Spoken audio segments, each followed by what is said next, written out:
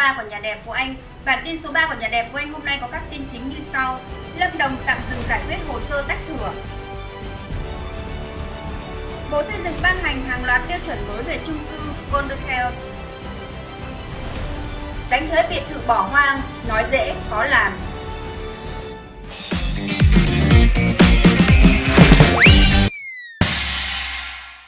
Quy hoạch lên thành phố, bất động sản nơi đây nóng lên từng ngày.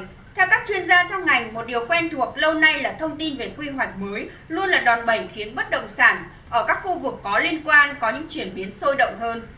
Kỳ vọng từ việc Tân Uyên, Bến Cát, Bình Dương lên thành phố, mới đây Thường trực Tỉnh ủy Bình Dương đã thông qua chủ trương xây dựng đề án thành lập thành phố Bình Dương, thành phố Tân Uyên và thành phố Bến Cát theo báo cáo của Ban Cán sự Đảng Ủy ban Nhân dân tỉnh.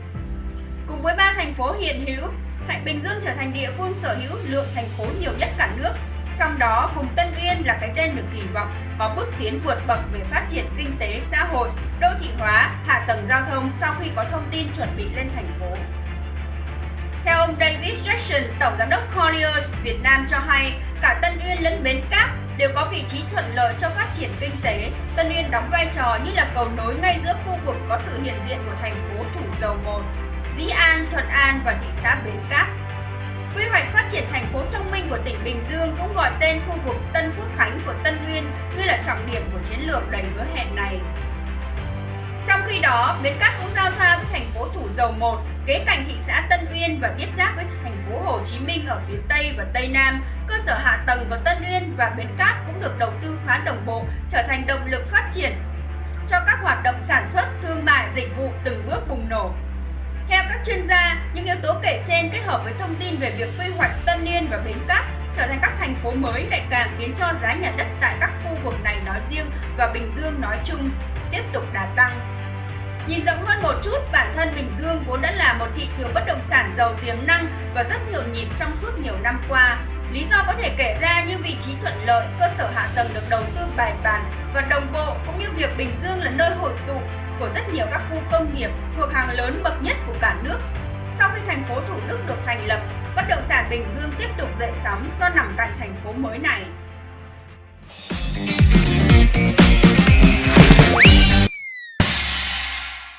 Giá nguyên vật liệu tăng mạnh, liệu giá bất động sản có lập đỉnh mới? Theo báo Cà Phê F số ra ngày 2 tháng 6 năm 2021 đưa tin, đầu năm 2021, thị trường bất động sản đã thiết lập một mặt bằng giá mới do hiện tượng tăng giá mạnh của đất nền, thì nay với việc tăng giá chóng mặt của nguyên vật liệu xây dựng khiến nhiều khách hàng và nhà đầu tư lo lắng về giá nhà hình thành trong tương lai.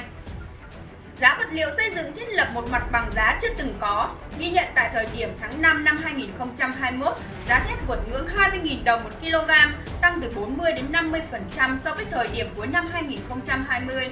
Trong đó, rất nhiều tuần liên tục của đầu quý 2 năm 2021, các doanh nghiệp ghi nhận đến 2 lần điều chỉnh giá thép. Không chỉ thép tăng giá liên tục, theo thông tin từ nhà thầu, giá cát, xi măng cũng ghi nhận mức tăng đáng kể. Theo đó, giá cát đạt ngưỡng 210.000 đồng một mét khối, tăng gần gấp đôi so với hồi đầu năm. Đỉnh điểm là giá cát vàng tăng lên đến 500.000 đồng một mét khối. Còn lại, giá một số vật liệu xây dựng khác cũng tăng, thấp nhất là 20%. Vật liệu xây dựng tăng mạnh, ảnh hưởng không nhỏ đến thị trường bất động sản bởi thép, cát, xi măng là những vật tư cần thiết và chiếm tỷ trọng cao trong xây dựng.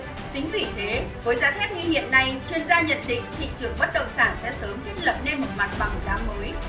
Một trở ngại khác trên thị trường hiện nay là ảnh hưởng của dịch Covid-19 làm gián đoạn thời gian căn hộ được đưa ra thị trường. Điều này ảnh hưởng đến cả nguồn cung và giá bán sản phẩm. Những dự án có mức giá phù hợp đang ngày càng co hẹp. Giá bất động sản tiếp tục tăng cao. Giá vật liệu xây dựng thiết lập một mặt bằng giá mới cộng thêm nguồn cung khan hiếm khiến giá bất động sản được dự báo sẽ tăng sớm, khiến cho người mua nhà đứng ngồi không yên.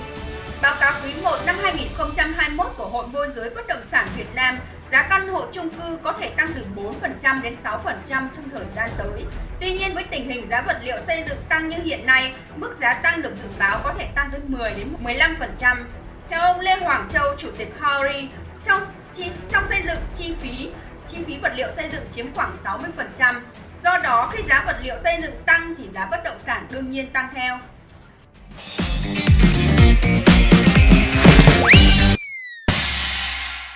Trong khi những người có nhu cầu cầu mua nhà ở thực đang trong tình trạng như ngồi trên đống lửa do lo ngại giá nhà tăng cao, thì trên thực tế vẫn có hàng loạt dự án nhà liền kề biệt thự chưa đưa vào sử dụng nhiều năm nay ở Hà Nội đang gây lãng phí nguồn tài nguyên đất, làm mất mỹ quan đô thị.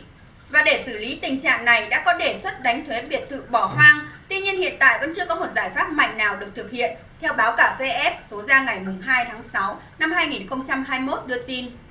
Nhan nhản biệt thự bỏ hoang. Tại huyện Hoài Đức phải kể đến khu đô thị Lideco nằm trên đường 32, thị trấn Trạm Trôi, Hoài Đức, Hà Nội là dự án do Công ty Cổ phần Phát triển Đô thị Từ Liêm làm chủ đầu tư có quy mô 38,23 ha với tổng mức đầu tư 781 tỷ đồng, gồm hơn 600 căn biệt thự. Thiết kế theo phong cách tân cổ điển, đến nay vẫn vắng bóng người ở. Cách không xa dự án khu đô thị Lideco là khu đô thị Kim Trung Di Trạch, hiện đã đổi tên thành Vinode Royal Park. Khu đô thị này được triển khai từ năm 2008, thế nhưng hơn 10 năm qua, dự án mới chỉ hình thành 7 đến 8 dãy nhà liền kề, biệt thự xây thô rồi bỏ hoang, cỏ mọc tùm, chôn theo hàng nghìn tỷ của giới đầu cơ. Tại Nam Từ Liêm, khu đô thị Xuân Phương Viglacera có tổng diện tích 14,6 ha do tổng công ty Viglacera làm chủ đầu tư. Dự án được khởi công xây dựng từ năm 2011 và được bàn giao vào cuối năm 2014. Tổng thể dự án bao gồm một tòa chung cư cao 19 tầng, 337 căn liền kề và gần 100 căn biệt thự đơn lập, song lập nhưng đến nay đa phần trong đó hoang hóa.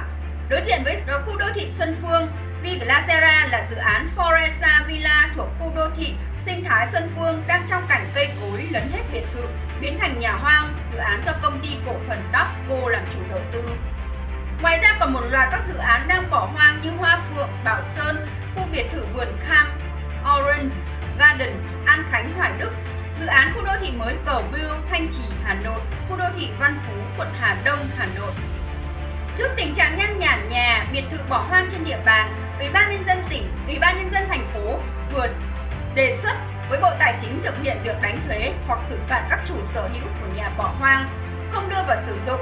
Tuy nhiên, theo nhận định của nhiều chuyên gia bất động sản, tính khả thi của đề án này rất thấp, mới chỉ ở dạng đề xuất và chưa có một giải pháp mạnh nào được thực hiện. Cũng liên quan đến vấn đề này, mới đây trong cuộc làm việc với Bộ Xây dựng, Thủ tướng Chính phủ Phạm Minh Chính đã nhấn mạnh việc phải điều tiết bằng thuế, tránh tình trạng dòng vốn chỉ chảy vào chung cư cao cấp, biệt thự, mua để đấy không sử dụng trong khi người thu nhập thấp thiếu nhà ở. Chiến lược phát triển bất động sản phải gắn liền với công bằng và tiến bộ xã hội.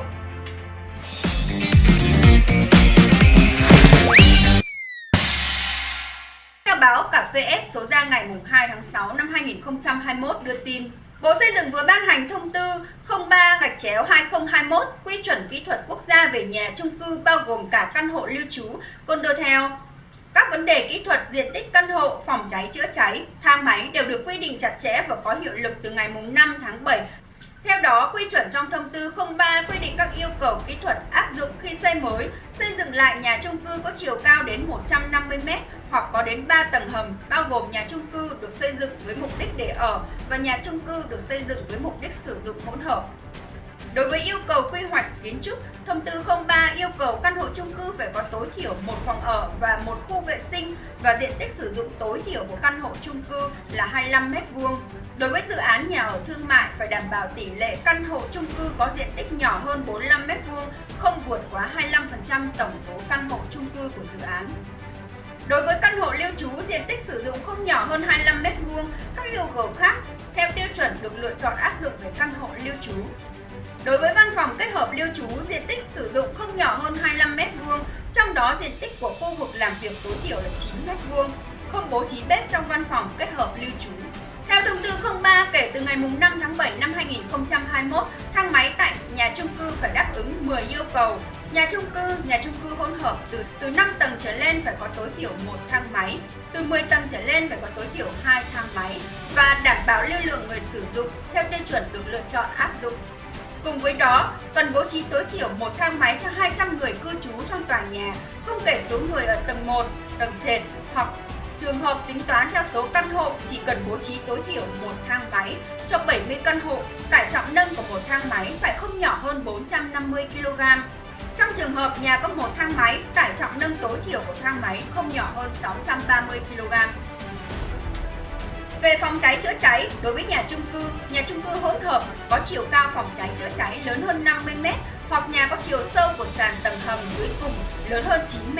Mỗi khoang cháy của nhà phải có tối thiểu một thang máy đáp ứng yêu cầu vận chuyển lực lượng, phương tiện chữa cháy và cứu nạn cứu hộ.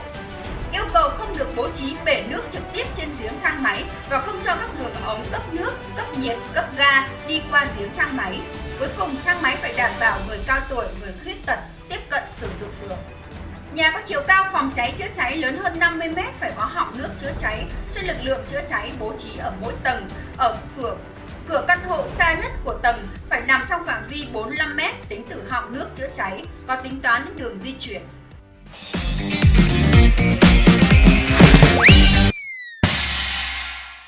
Ủy ban Nhân dân tỉnh Lâm Đồng vừa ký quyết định số 3627 ngày 2 tháng 6 năm 2021 về việc tạm dừng giải quyết các hồ sơ xin tách thửa trên địa bàn. Theo đó, Ủy ban Nhân dân tỉnh Lâm Đồng đề nghị Sở Tài nguyên và Môi trường, Ủy ban Nhân dân các huyện, thành phố tạm dừng giải quyết hồ sơ tách thửa đất trên địa bàn tỉnh đến khi có ý kiến chỉ đạo tiếp theo của Ủy ban Nhân dân tỉnh, trừ trường hợp hồ sơ tách thửa do tặng cho trong gia đình, theo báo Cà Phê S số ra ngày 2 tháng 6 năm 2021 đưa tin.